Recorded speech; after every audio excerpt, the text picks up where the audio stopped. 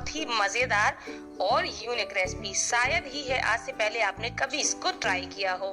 तो बहुत ही टेस्टी लगती है। आइए देखते हैं इसे कैसे बनाना है। इसके लिए यहाँ पर मैंने ले लिए हैं 3 पार्ले जी बिस्किट के पैकेट। तो यहाँ पर कोई जरूरत नहीं है कि आप पार्ले जी बिस्किट ही लें, आप इसकी जगह कोई से भी बिस्किट का इस्तेमाल कर सकते हैं, लेकिन क्रीम वाली बिस्किट नहीं होनी चाहिए, इस चीज का ध्यान रखिएगा। तो तीनों पैकेट से हमने बिस्किट को निकाल लिया है। अब हम चलते हैं गैस की तरफ। यहाँ पर हमने एक कढ़ाई ले ली है, इसमें मैंने लिया है शुद्ध देसी घी। आप देसी घी की जगह यहाँ पर तेल का यूज भी कर सकते हैं, लेकिन मिठाई वगैरह में हम देसी घी का ही ज्यादातर इस्तेमाल करते हैं। तो घी को हमने अच्छे से गर्म कर लिया है। घी जैसे ही गर्म हो जाएगा तो इन बिस्किट को हम एक एक करके घी में डालेंगे और इनको हल्का सा तलेंगे। बहुत ज्यादा नहीं तलना है, बिल्कुल हल्का ही मीडियम फ्लेम पर इनको तलना है, ताकि इनका जो कलर है बहुत ज्यादा डार्क ना हो पाए। आप सोच रहे होंगे हमें बिस्किट को आखिर घी में क्यों फ्राई करना, हम ऐसे भी बना सकते थे। उसके 2-3 कारण थे। एक तो बिस्किट को अगर आप हल्का सा फ्राई कर लेंगे तो इसका जो टेस्ट है और भी ज्यादा बढ़ जाता है। दूसरी बात, बिस्किट का जो कलर है थोड़ा सा डार्क हो जाएगा, जिससे हम जो रेसिपी बनाने वाले हैं उसका कलर भी हल्का सा डार्क होगा, बहुत ही प्यारा सा कलर आएगा। तो बस ज्यादा नहीं, बस थोड़ा सा ही इनको फ्राई करेंगे। वैसे भी हम घी का बाद में इस्तेमाल करते, तो बाद में इस्तेमाल ना करके हम इस समय इनको फ्राई कर लेंगे, तो हमें बाद में घी का इस्तेमाल नहीं करना पड़ेगा और हमारा कलर भी बहुत अच्छा आएगा। तो देखा आपने, हमने बिल्कुल हल्का सा ही बिस्किट को फ्राई किया है, ज्यादा नहीं करना है, इस चीज का भी आपको ध्यान रखना है। तो इसी तरह से उलटते पलटते हुए हम सारी बिस्किट्स को लाइट गोल्डन होने तक तल लेते हैं। तो लीजिए, हमने सभी बिस्किट्स को तल लिया है। जब हमने इनको फ्राई, लेकिन वापस से जैसे ये ठंडी हुई, वापस से ये काफी क्रिस्पी हो गई। देखिए, आप इनकी आवाज से समझ सकते हैं। तो अब मैं आपको तोड़ करके भी दिखा देती हूँ। हमें सभी बिस्किट को तोड़ना भी है। तो कुछ हमने टूटे हुए टुकड़े लिए थे ना, तो वो भी हमने तल लिए हैं। तो कोई दिक्कत नहीं है कि आपको साबुत बिस्किट ही डालना है, आप टूटे हुए टुकड़े भी डाल सकते हैं। तो सभी बिस्किट को हम तोड़ करके इस तरह से क्रश कर लेंगे। छोटे बड़े कैसे भी टुकड़े हो जाए कोई दिक्कत नहीं, सब चलेंगे। तो लीजिए, हमने बिस्किट को तोड़ लिया है और अब हम इन बिस्किट्स के टुकड़ों को डालेंगे ग्राइंडिंग जार में।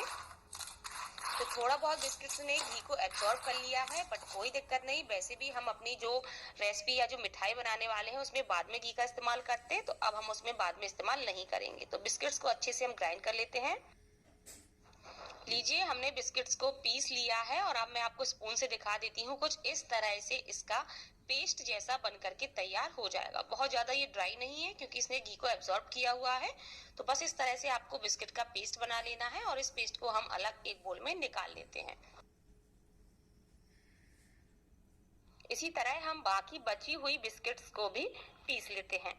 तो हमने सभी बिस्किट को पीस लिया है और आप देख सकते हैं कितना बढ़िया इसका पेस्ट बन करके तैयार हो गया है। हल्का सा इसमें मॉइस्चर है, वो घी की वजह से है, तो इसको हम साइड में रख देंगे। अब हम अपनी मिठाई में या फिर जो रेसिपी बनाने वाले हैं उसमें बहुत बढ़िया टेस्ट देने के लिए इस्तेमाल करेंगे मिल्क पाउडर का। आधा कप हमने यहाँ पर मिल्क पाउडर ले लिया है। ये मिल्क पाउडर हमारी मिठाई में मावे का फ्लेवर देगा। तो इसमें हम थोड़ा थोड़ा सा दूध डाल करके इसका गाढ़ा सा घोल तैयार कर लेंगे। तो लीजिए, मिल्क पाउडर और दूध का हमने गाढ़ा सा घोल बना करके रेडी कर लिया है। अब हम चलते हैं गैस की तरफ। यहाँ पर गैस में हमने एक पैन ले लिया है। आप पैन की जगह कढ़ाई का इस्तेमाल भी कर सकते हैं। और ये मैंने ली है आधा कप चीनी। चीनी का हमें बहुत ही कम इस्तेमाल करना है क्योंकि बिस्किट जो है ऑलरेडी मीठी होती है और बहुत ही हल्की सी मिठास हमारे मिल्क पाउडर में भी है। आधा कप चीनी के लिए आधा कप ही हम यहाँ पर पानी डालेंगे। अब हम फटाफट से गैस को तेज कर देते हैं और जल्दी से चीनी को डिसॉल्व होने देते हैं।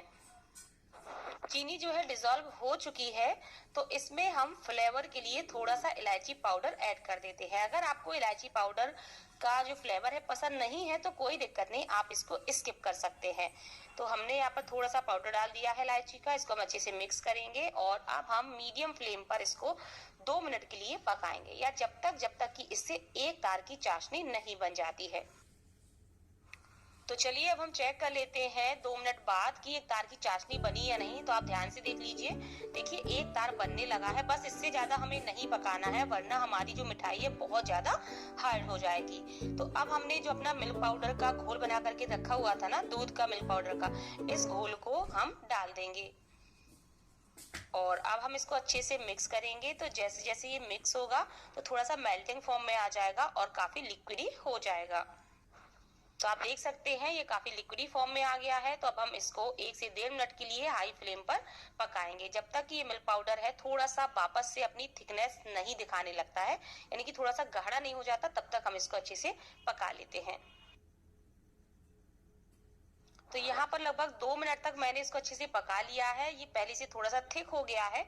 तो अब हमने जो अपना बिस्किट का मिक्सचर था पीस करके रखी हुई थी, इन बिस्किट्स को हम इसमें डाल देंगे और फ्लेम अब हम बिल्कुल लो कर देंगे। यहाँ पर थोड़ा सा आपको पेशेंस रखना है, बिल्कुल धीमी आंच पर इसको अच्छे से पकाना है। तो धीमी आंच पर हम स्पैचुला से दबाते हुए इस बिस्किट के मिश्रण को अच्छे से मिक्स करते जाएंगे। बिल्कुल धीमी आंच रखिएगा, इस चीज का मैं बार बार बोल रही हूँ ताकि ये बहुत जल्दी से ड्राई ना हो पाए। और बस हम इसको लगातार चलाते जाएंगे। धीरे धीरे आप देखेंगे कि ये ड्राई होता जा रहा है और जो पैन है ना, पैन का तल उसको छोड़ना शुरू कर देगा और सिमट करके एक जगह आ जाएगा और काफी ग्लॉसी भी आपको नजर आएगा, क्योंकि इसको हमने घी में फ्राई जो किया था। तो चलिए इसको हम लगातार इसी तरह से 2-3 मिनट तक अच्छे से पका लेते हैं।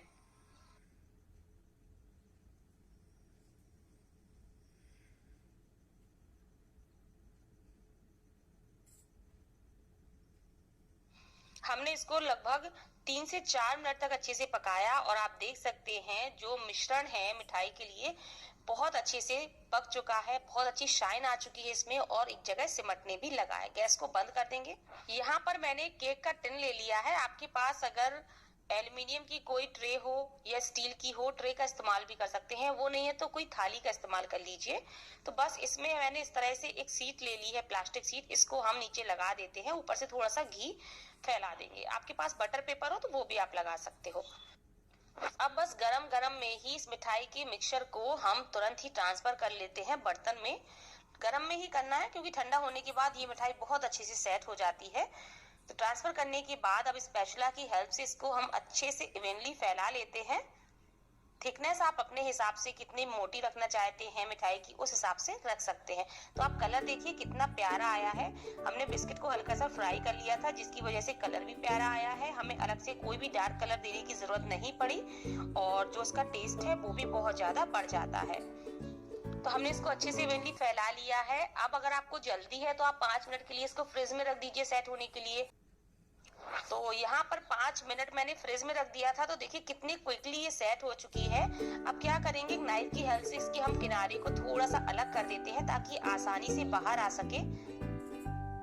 और बस इस बर्तन को हम किसी प्लेट के ऊपर पलट देंगे और इसको हल्का सा टैप करेंगे। थोड़ा सा टैप करने पर ही ये पूरी मिठाई हमारी नीचे आ जाएगी। अगर आपने बटर पेपर लगाया हुआ है तब भी बटर पेपर समेत ही आ जाएगी।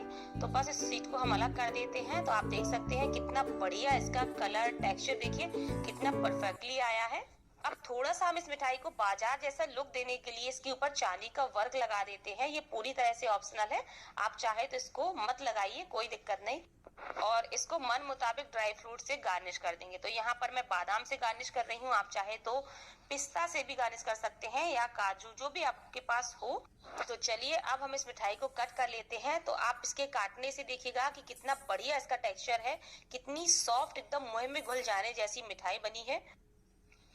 और यकीन मानिए फ्रेंड्स, कोई पहचान नहीं कर पाएगा कि हमने इसको पार्ले जी बिस्किट या किसी और बिस्किट से बनाया है। बस आप इसको घी में फ्राई जरूर कर लीजिएगा, एकदम इसका टेस्ट चेंज हो जाएगा। बहुत ही मावेदार, बहुत ही टेस्टी फ्लेवर आता है इस मिठाई का। तो चलिए अब मैं आपको दिखा देती हूँ। ये देखिए कितनी परफेक्टली बनी है, कोई ऐसा नहीं है कि एकदम चिपचिपी हो, एकदम परफेक्ट है। मुंह में डालेंगे तो घुल जाएगी। तो चलिए मैं इसको अलग प्लेट में निकाल लेती हूँ। तो आपने मिठाइयाँ तो तरह तरह की बनाई होंगी, घर पर भी आप मार्केट से कई तरह की मिठाई लेकर के आए होंगे। तो एक बार आप ये यूनिक तरह की मिठाई जरूर बना करके देखिएगा। मैं आपको तोड़ करके अंदर से टेक्सचर दिखाती हूँ इसका। ये देखिए कितनी सॉफ्ट, एकदम मुंह में डालें और घुल जाएगी।